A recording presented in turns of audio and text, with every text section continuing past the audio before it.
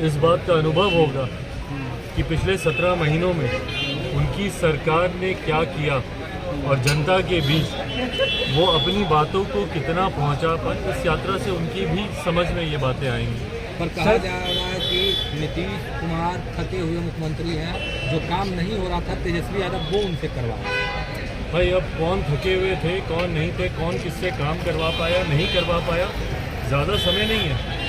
चुनाव अब लगभग सर पर ही है। इन तमाम बातों का आकलन इन चुनाव में हो जाए।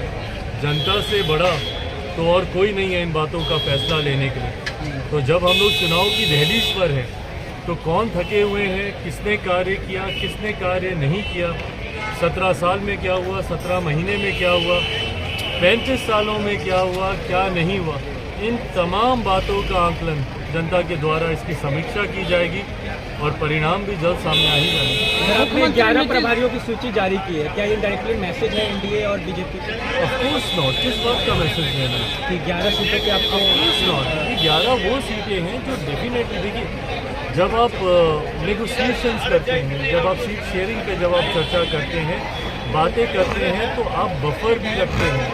ये नहीं तो इसके बदले ये नहीं तो इसके बदले ये।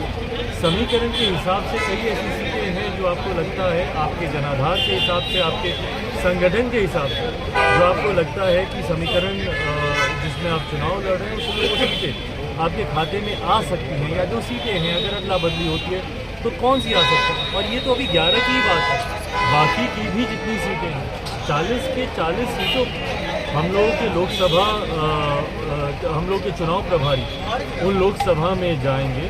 और मैं बार बार इस बात को कहता हूँ कि मैं सिर्फ अपनी सीटों पर ही ध्यान दूँ और मेरे गठबंधन को, मेरे संगठन का लाभ ही ना मिले तो फ़ायदा क्या गठबंधन में होने का। अगर आज की तारीख में अगर मैं एनडीए गठबंधन में हूँ, भाजपा के संगठन का मुझे लाभ ही नहीं मिले तो मेरा उस गठबंधन में होने का क्या फ़ायदा। उसी तरीके से जिस गठबंधन का हिस्सा हम लोग हैं, हमारे सहयोगी को भी उसका उतना ही लाभ मिले, उस सोच के साथ हर जिले में, हर लोकसभा में हमारा संगठन मजबूत हो, उस सोच के साथ ये जिम्मेदारी पार्टी के वरिष्ठ पदाधिकारियों को दी गई है।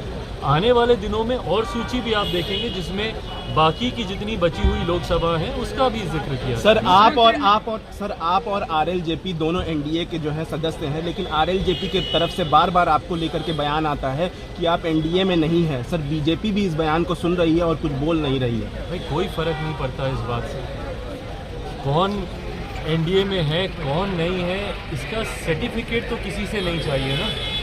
और अगर सर्टिफिकेट की ही बात है तो फिर वो उस दिन की तस्वीर निकाल के याद कर लें, जब अगर मेरी याददाश्त सही है तो संभवतः 18 जुलाई की वो तारीख थी जब एनडीए की एक बड़ी बैठक, एनडीए के 25 साल पूरे होने पर दिल्ली के अशोका होटल में की गई थी वो बैठक आयोजित। उस बैठक में जिस तरीके से देश के प्रधानमंत्री जी गले लगाकर मेरा उस एनडीए की बैठक में स्वागत किया था, तो फिर वो तस्वीरें क्या थी?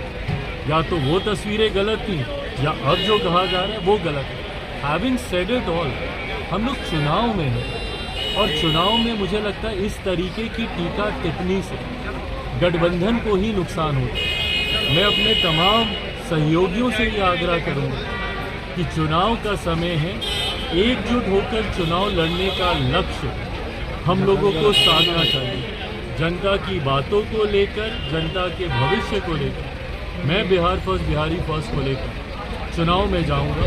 ऐसे में मैं चाहता हूं कि बाकी के भी सहयोगी दल एक दूसरे पे टीका टिप्पणी करके गठबंधन के माहौल को खराब करने से बहुत बेहतर है बड़ी सोच रखें, बड़ा दिल रखें, उम्र में भी आप बड़े हैं, बड़ी नीयत के साथ गठबंधन के हित में कार्य करने का प्रयास करें, ना कि गठबंधन को नुकसान पहुंचाएं।